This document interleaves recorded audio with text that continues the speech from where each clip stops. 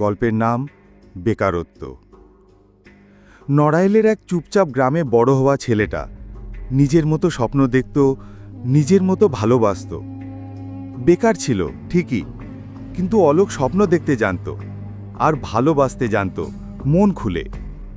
একদিন সে একটা মেয়েকে ভালোবেসে ফেলল, পালিয়ে বিয়ে করল। প্রথম 2 বছর সংসারে ছোটখাটো সুখের ছায়া ছিল। পরিবারের অভিমান গলে মেনে নিয়েছিল, মেয়ের পরিবারও মানিয়ে নিয়েছিল। সবাই ভাবল সব ঠিক হয়ে যাবে, কিন্তু অলোকের বেকারত্ব ঠিক হতে দেরি হচ্ছিল।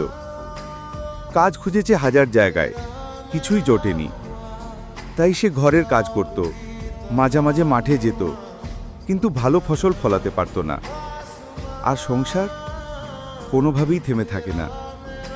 ধীরে ধীরে অলোক হয়ে উঠল বাড়ির বোঝা।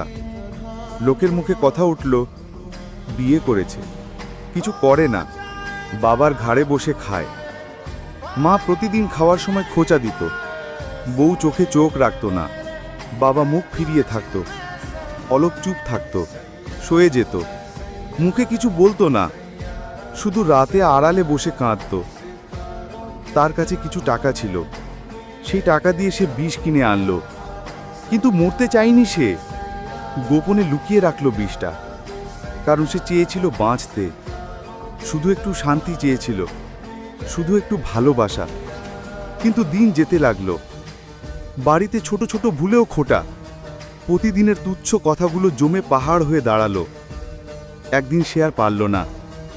সেদিন দুপুরে মা ভাত দিল হাতে আর গালাগালি করতে লাগলো, তুই কিছু করিস না, বিয়েই করলি কেন?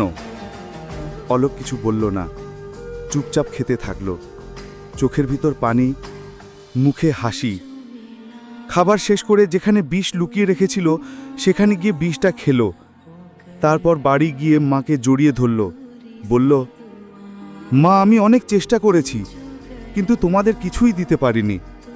বাবা তখন বাজার থেকে ফিরছে, বাবার দিকে তাকিয়ে বলল, বাবা আর কোনো সমস্যা হবে না, আমি কাজটা করে ফেলেছি। বাবার গলা জড়িয়ে ধরল, আর কিছু বলল না। এরপর গেল বউয়ের কাছে, বলল, আজ খুব ইচ্ছে করছে তোমার কোলে মাথা রেখে ঘুমাই, পারবো? বউ তাকিয়ে বলল, ভর দুপুরেই আজও পাগলামি কিসের, দাও সামনে থেকে সরে দাঁড়াও। আর সে চলে গেল নিজের ঘরে।